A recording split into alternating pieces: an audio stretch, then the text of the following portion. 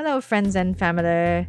At this time of filming, an exhibition of the greatest archaeological discovery is here at the Ronald Reagan Library. That is none other than the Dead Sea Scrolls. In this episode, you'll be experiencing this exhibit with me. You'll see actual artifacts from Israel and understand why the Dead Sea Scrolls are important to us Bible believing Christians. So if you're up for that, then stay tuned. It was a long line to get into the exhibit, but once we got in, there were oh so many amazing things to see. And let me just give a shout out to the Israel Antiquities Authority for making this exhibit possible here in the West Coast. Let's start with the other artifacts first. We got to learn about what is called the Jesus boat that was found at the Lake of Galilee. Here, you'll see fragments of the actual boat that was found in 1986. These are remains of an ancient fishing boat used in the 1st century, and you'll see a model of it too, so that you'll get an idea of the fishing vessel that was used in that era. This is the Magdala stone. You might have heard Magdala from Mary Magdalene, but this stone shows a glimpse of Jewish religious life during Jesus' time. There are so many artifacts too that show parts of the life of people in ancient Israel.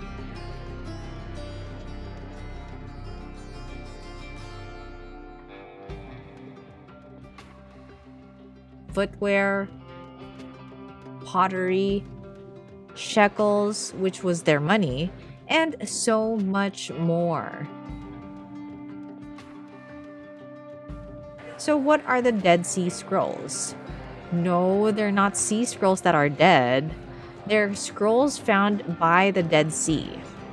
This is how the IAA describes them. They are a collection of ancient manuscripts, thousands of fragments comprising over 900 scrolls containing the earliest evidence of the Hebrew Bible. They date from around 250 BCE to 68 CE, and they were discovered predominantly in the years 1947 to 1956. Know that these artifacts can only be exposed and displayed the way it is for around 3 months at a time, then put away for preservation again. So it's possible that if you come back another time, you'd see a different batch of scrolls displayed. In this room, the story of how the scrolls were found is told. I'll give a tidbit of it. It is said that the first cave was found by accident, actually. In Qumran, when a Bedouin goat herder was looking for a stray, he stumbled upon a cave near the Dead Sea. Instead of going in, he threw a stone into it. But he heard the sound of shattering pottery, and well, he didn't find his goat in there. But he did find scrolls with Hebrew texts, so much more valuable than any treasure he could possibly find. And there were 11 more caves where they found scrolls. It has been said that all books from the Old Testament, with an exception to the book of Esther, were found among these scrolls. In this exhibit, we get to see some of these.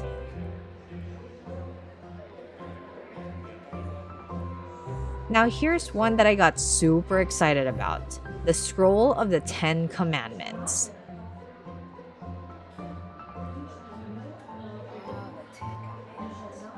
They even made an interactive way for us to see where each commandment could be read on the scrolls.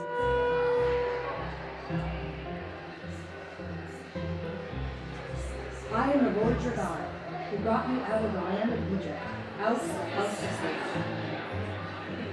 Did I say there was a long line to see this exhibit? Oh yeah. There's a separate line for the main event, so if you're only there for a day, be wise with your time.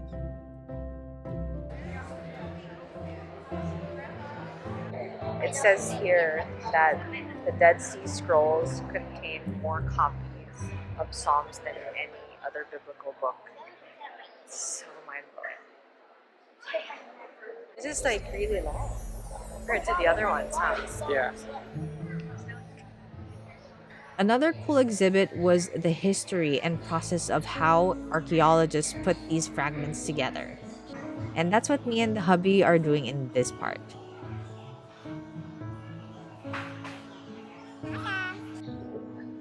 Yeah, I can join their team.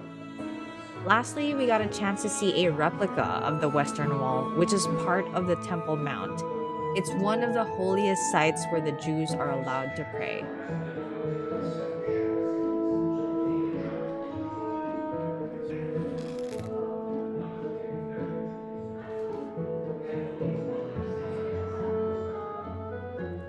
Being able to see these artifacts has put so much more confidence in me as a Christian. The Bible that we have now has been under attack. A major argument that non-believers have is that some say that the one that we have now in our hands have been altered and changed over time. But the Dead Sea Scrolls disprove that, because when the Hebrew texts were compared to the modern Bibles that we hold today, there are minimal differences, and it gives us confidence that the book that we have is indeed the Word of God.